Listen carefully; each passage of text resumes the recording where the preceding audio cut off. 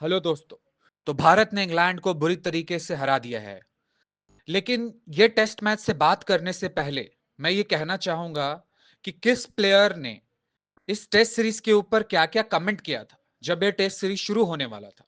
सबसे पहले बात करते हैं ऑस्ट्रेलिया के एक्स क्रिकेटर मैथ्यू हेडन की। उन्होंने कहा था कि India is going to struggle, मतलब भारत का कोई चांस नहीं है, भारत बहुत स्ट्रगल करेगा, शायद ही जीत पाए। नासिर हुसैन ने कहा था कि इंग्लैंड के पास एक होम एडवांटेज है और इंग्लैंड शायद 3-1 से जीतेगी। माइकल वॉन ने कहा था कि 4-0 होगा, फिर बाद में उन्होंने 3-1 कहा। एलिस्टर कुक ने भी सेम बात रिपीट की। ग्रैम स्वान ने तो यहां तक कह दिया कि ये एक एसिस से पहले इंग्लैंड के लिए एक वार्म अप है। उनकी तो खैर बोलती ही बंद हो गई।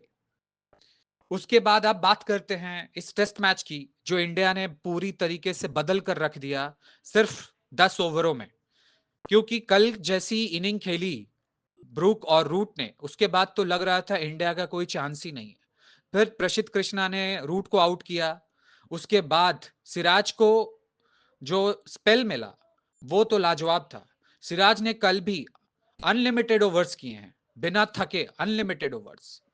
अब बात करते हैं कि दो एडवांटेज जो सिराज के फेवर में हुए। पहला कि सिराज को ओवरनाइट रेस्ट मिल गया।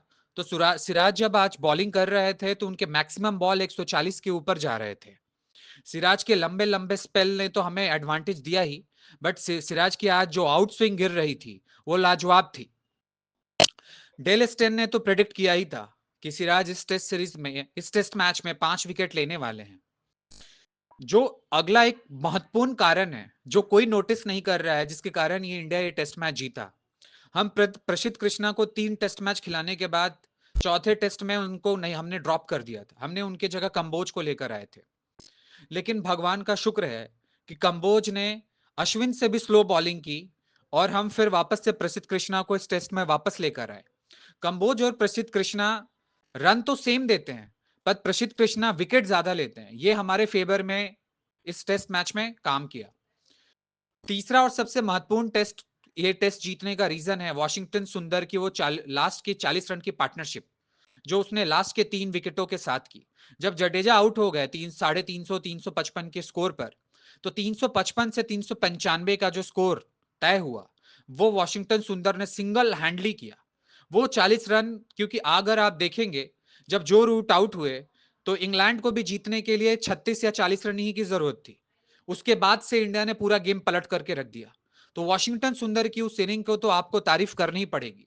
उसके बाद जायसवाल जायसवाल की सेंचुरी तो लाजवाब थी। जायसवाल ने सेंचुरी में 4 कैचेस ड्रॉप करने के बाद भी अपना कंसंट्रेशन नहीं खोया और कमाल की बल्लेबाजी की। इसके बाद इंडिया की अब कोई टेस्ट सीरीज ज्यादा बाकी नहीं है, सिर्फ 2 ही है, एक वेस्ट इंडीज के साथ और एक साउथ अफ्रीका के साथ। लेकिन वो होम सीरीज है।